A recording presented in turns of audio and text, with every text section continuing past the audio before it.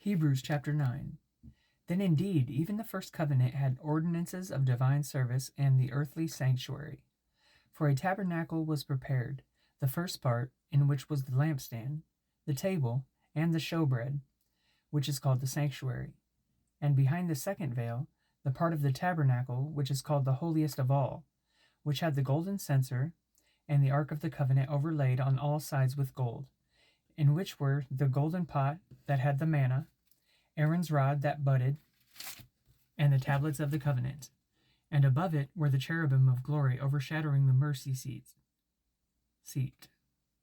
Of these things we cannot now speak in detail.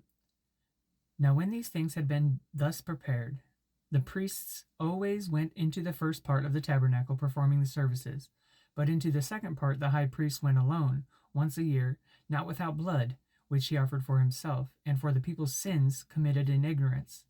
The Holy Spirit indicated this, that the way into the holiest of all was not yet made manifest while the first tabernacle was still standing. It was symbolic for the present time, in which both gifts and sacrifices are offered, which cannot make him who performed the service perfect in regard to the conscience, concerned only with foods and drinks, various washings, and fleshly ordinances imposed until the time of Reformation.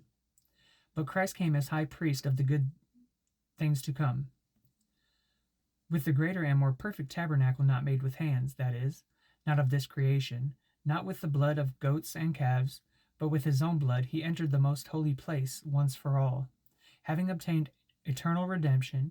For if the blood of bulls and goats and the ashes of a heifer, sprinkling the unclean, sanctifies for the purifying of the flesh, how much more shall the blood of Christ, who through the eternal Spirit offered himself without spot to God, cleanse your conscience from dead works to serve the living God?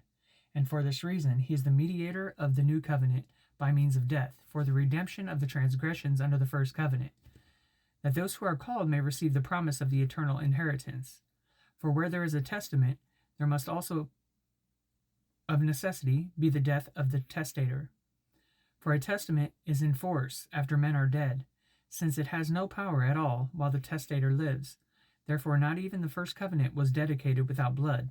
For when Moses had spoken every precept to all the people according to the law, he took the blood of calves and goats, with water, scarlet wool, and hyssop, and sprinkled both the book itself and all the people, saying, This is the blood of the covenant which God has commanded you.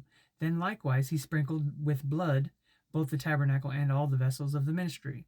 And according to the law, almost all things are purified with blood, and without shedding of blood there is no remission.